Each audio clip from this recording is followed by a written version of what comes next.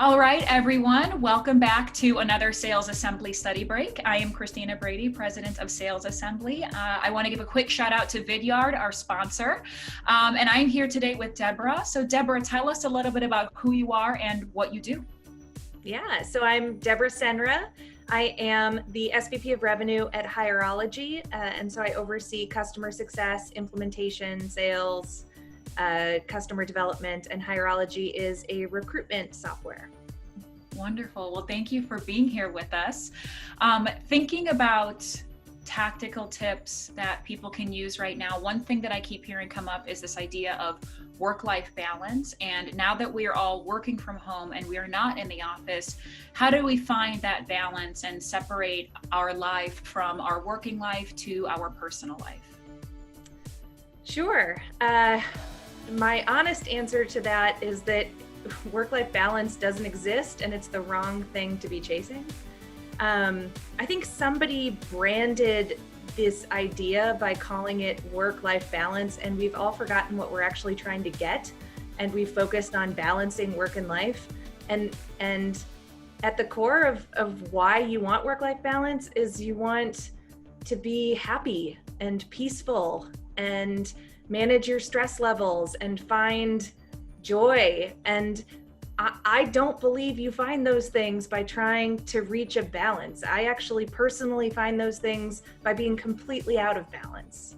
And by that, I actually have found that more in post-COVID world than I did beforehand, because some days to find joy and happiness, I do that by snuggling my kids in bed until 8:45, or cutting out for 2 hours to go for a run and clear my head, or grabbing a beer at 4 o'clock on a Tuesday because it's been a rough one. And then other days I find joy and happiness by shutting my kids out of my room and locking the door and working for 12 hours a day or 15 hours a day, or getting on a call and doing helping a customer. And that has absolutely nothing to do with balance. It's just figuring out what I need to be peaceful today and prioritizing that over anything else. Because frankly, if I'm in a good place emotionally, I'm a better mom, I'm a better friend, I'm a better wife, I'm a better leader, and I'm a better salesperson. And so screw balance. You don't need it. I love it. I love the idea of just focusing on being happy, and it's not always about being balanced. Happiness isn't always I have everything perfect. It's what's filling the tank. And so if I'm a frontline sales rep and I grab onto this idea of like, okay, I wanna lead with happiness, and I wanna focus on what's gonna make me feel fulfilled and get out of this idea of balance, what's the first thing that I do? How do I approach doing that and kind of paradigm shift into that thought process? Well, I'm going to give two seemingly contradictory pieces of advice, but I think they work well together. And the first thing is just be kind to yourself and be patient with yourself. It is really hard right now. Life is hard. No one is okay. We're just varying degrees of okay right now. And so if you wake up one morning and the idea of cold calling makes you want to vomit, do something first that makes you happy. And 9 times out of 10, you'll be able to make those cold calls after. I had a friend who was a personal trainer who said, if you don't want to work out, just go to the gym. Because just by being there, at some point you might find that you work out. And so I think the same, just be kind, be honest with yourself about what you need, and find joy first. And then the second thing I'd say is that I actually just sent an email out to my team that the difference between success and failure is a timeline issue.